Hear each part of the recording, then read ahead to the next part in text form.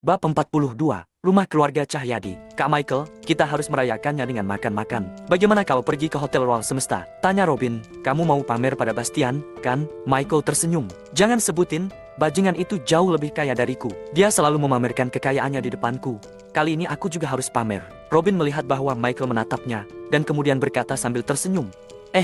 Kakek Gunadinya Bastian. Aku gak mau. Aku mau temani Celine makan siang. Michael menggelengkan kepalanya. Sejak Charlotte membolehkan Michael memasuki pintu, sudah jadi rutinitasnya mengantar makan siang untuk Celine setiap hari. Kak Michael, cuma makan saja. Kok dia bisa makan di rumah? Robin sedikit kecewa. Michael mengerutkan kening dan berkata dengan suara dingin, aku anggap kamu gak pernah ngomong begitu. Robin langsung tersadar. Dia pun segera menyadari telah salah ucap. Gini saja. Kamu gak perlu repot-repot, aku hubungi pihak Bastian sana supaya nyiapin beberapa makanan. Kita ke sana, yang bungkus bawa pulang. Anggap aku yang traktir keponakanku. Gak perlu. Michael mendengkus. Dia berbalik pergi, lalu memanggil taksi. Dasar mulut sialan. Robin menampar wajahnya sendiri beberapa kali dengan penuh penyesalan. Padahal dia sendiri tahu Michael sangat peduli dengan istri dan anaknya. Tapi dia malah mengatakan omong kosong seperti tadi. Masalah malah jadi melebar. Pukul 11.3 siang, Michael sekali lagi sampai ke kompleks Citra Raya. Dia secara khusus membungkus beberapa hidangan lagi dan mengantarkannya ke Winda dan lainnya. Setelah mengantarkannya ke Winda yang terlihat malu-malu karena diberi makanan, dia pun mendatangi Celine. Papa, gadis kecil itu lebih senang tatkala melihat Michael dibandingkan saat melihat Charlotte. Dia pun langsung menghambur ke pelukan Michael. Anak papa lapar, ya, cepat makan. Ayah bawa semua makanan yang kamu suka, ucap Michael sambil tersenyum. Papa baik banget.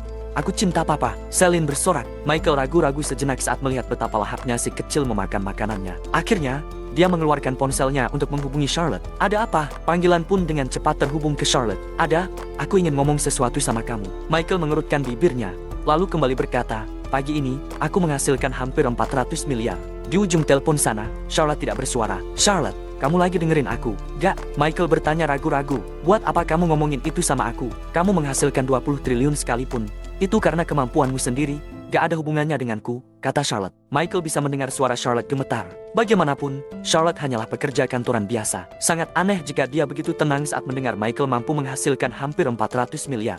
Charlotte, aku tahu sekarang kamu gak peduli berapa banyak uang yang aku hasilkan. Tapi, 400 miliar ini gak pernah berani kubayangkan sebelumnya. Setelah uang ini masuk ke rekeningku, orang yang paling ingin aku kasih tahu adalah kamu. Aku gak berani meminta maaf padamu.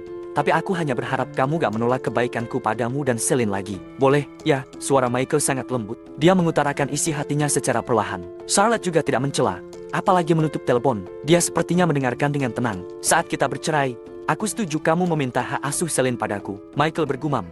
Sekarang, tolong biarkan aku memperlakukanmu lebih baik, sedikit lebih baik. Michael, kamu benar. Kamu memang bajingan. Charlotte tiba-tiba berteriak seperti menggunakan seluruh tenaganya. Dia terisak sambil mengeluh.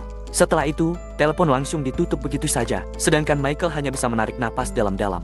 Meskipun Charlotte menghardiknya, dia tahu bahwa masa lalu dan masa depan menjadi pertimbangan di hati Charlotte. Andai kata Charlotte selalu hidup dalam bayang-bayang masa lalu, kalau begitu Charlotte seharusnya sudah condong ke masa depan.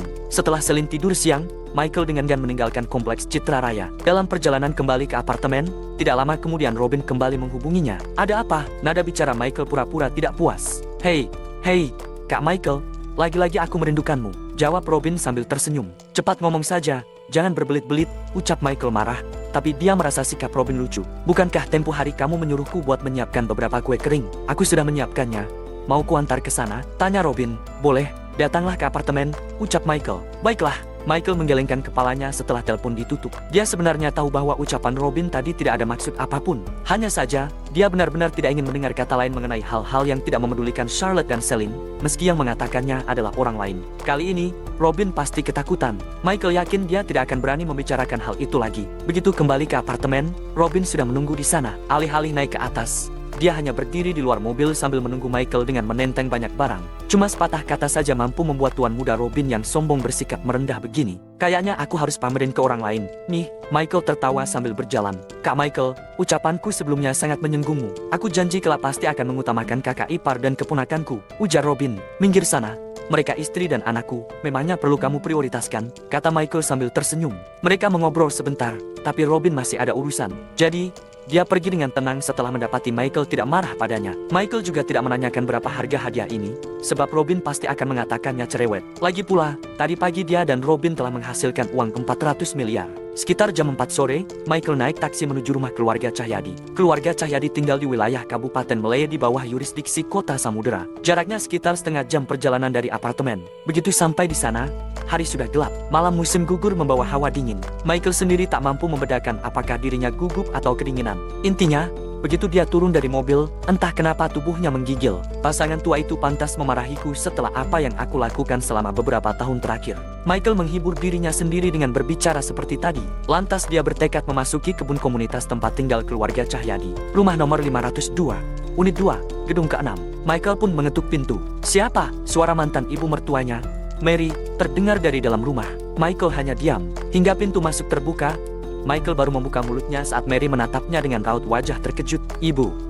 Bab 43, "Ibu, aku tak perlu uang." "Michael," Mary tersentak, baru kemudian bereaksi. Ia tak melihat apa yang dibawa Michael, juga tak memperhatikan ekspresi canggung di wajahnya. Pikiran Mary langsung kacau. Gawat, bocah ini datang membuat masalah lagi. Entah sejak kapan, setiap kedatangan Michael selalu membawa masalah bagi keluarga Cahyadi. Dalam beberapa tahun terakhir, rambut Mary dan Andy memutih lebih cepat, hampir terkena serangan jantung karena ulah Michael. "Kenapa kamu datang kemari?" tanya Mary, berusaha tenang. Namun, di dalam hati, ia sudah memikirkan strategi serangan balik. Hari biasa tak masalah.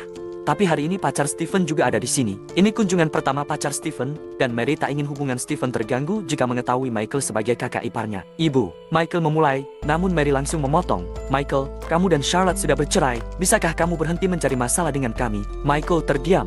Ia ragu apakah perlu menjelaskan semuanya. Bisakah Mary mempercayainya hanya dengan beberapa kalimat? Mary dan Andy adalah orang baik. Mereka pernah berharap banyak pada Michael, tapi ia berkali-kali mengecewakan mereka, menghancurkan harapan mereka berkeping-keping. "Kamu mau uang lagi? Oke, aku akan memberimu uang," kata Mary panik, memegang ponselnya. "Kebetulan Andy baru saja menerima pensiun bulan lalu. Akan kuberikan semuanya padamu." Mary lebih memilih memberikan uang daripada Michael mengacaukan keluarga lagi, terutama di hadapan pacar Stephen. "Ibu," Michael buru-buru berkata.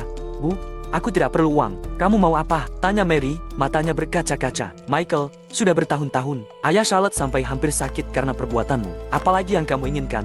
Suaranya meninggi. "Kamu dan Charlotte sudah bercerai.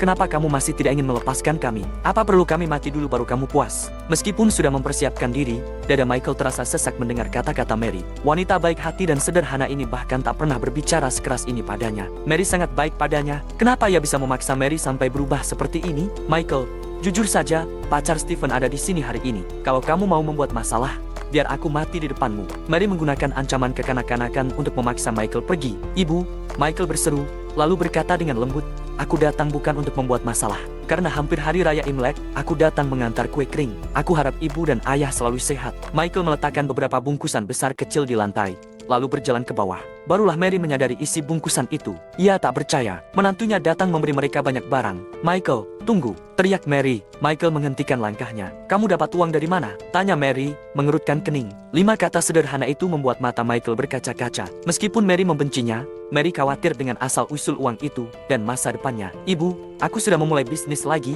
dan sudah menghasilkan sedikit uang. Uangnya halal kok," kata Michael pelan. "Tapi rokok dan alkohol ini pasti mahal, kan?" tanya Mary lagi, menyadari rokok Sampurna Mild dan teh yang dibawa Michael tak murah.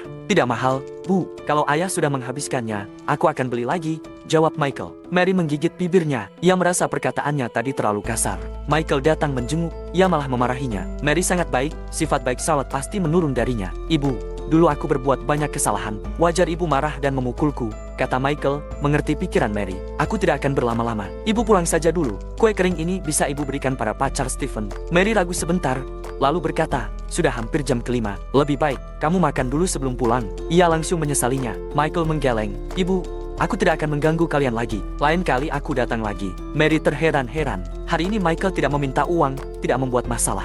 Ia hanya datang mengantar barang. Michael benar-benar berubah.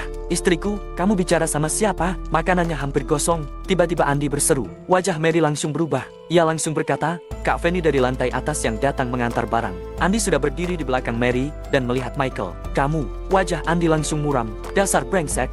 Kamu masih berani datang kemari?" Andy menerjang ke arah Michael, mengumpat. Mary tak bisa menahannya. "Ayah," panggil Michael. "Ayah, kamu tidak perlu memanggilku ayah. Aku bukan ayahmu." Andy menendang Michael hingga hampir jatuh dari tangga. Herannya, Michael tak melawan, hanya berdiri dengan ekspresi rumit, seperti menunggu tendangan berikutnya. "Kenapa kamu tak mengelak?" Andy marah. "Bukannya kamu suka berkelit dan membuat masalah? Ayo, Hari ini biar kulihat kamu mau ribut apa. Andy menendang lagi, bukan menyepak. Michael menyadari hal ini. Tidak peduli seberapa marahnya Andy, ia masih menghargai Michael. Tendangan itu penuh dengan kekecewaan, mengingatkan Michael pada kasih sayang Andy padanya.